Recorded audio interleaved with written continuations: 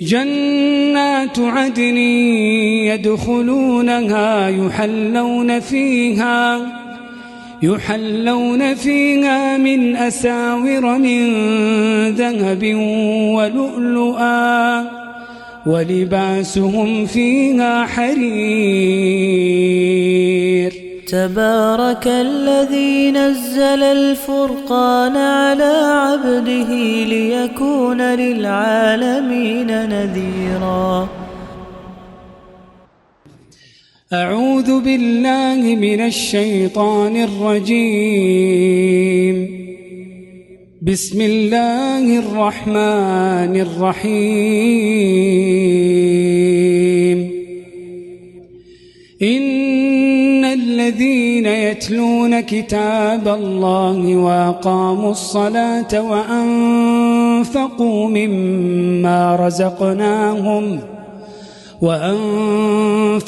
مما رزقناهم سرا وعلانية يرجون تجارة لن تبور ليوفيهم أجورهم ويزيدهم من فضله إنه غفور شكور. والذي أوحينا إليك من الكتاب هو الحق مصدقا لما بين يديه إن الله بعباده لخبير بصير.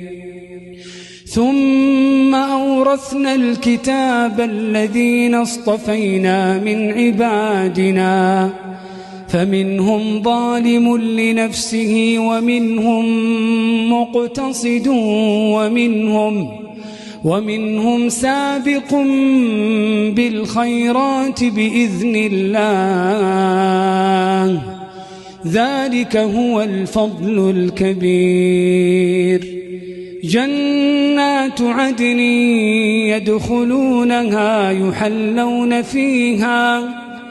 يحلون فيها من أساور من ذهب ولؤلؤا ولباسهم فيها حرير.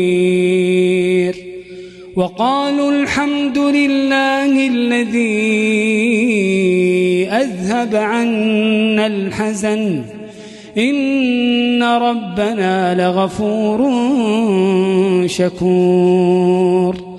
الذي أحلنا دار المقامة من فضله لا يمسنا فيها نصب ولا يمسنا فيها لغوب.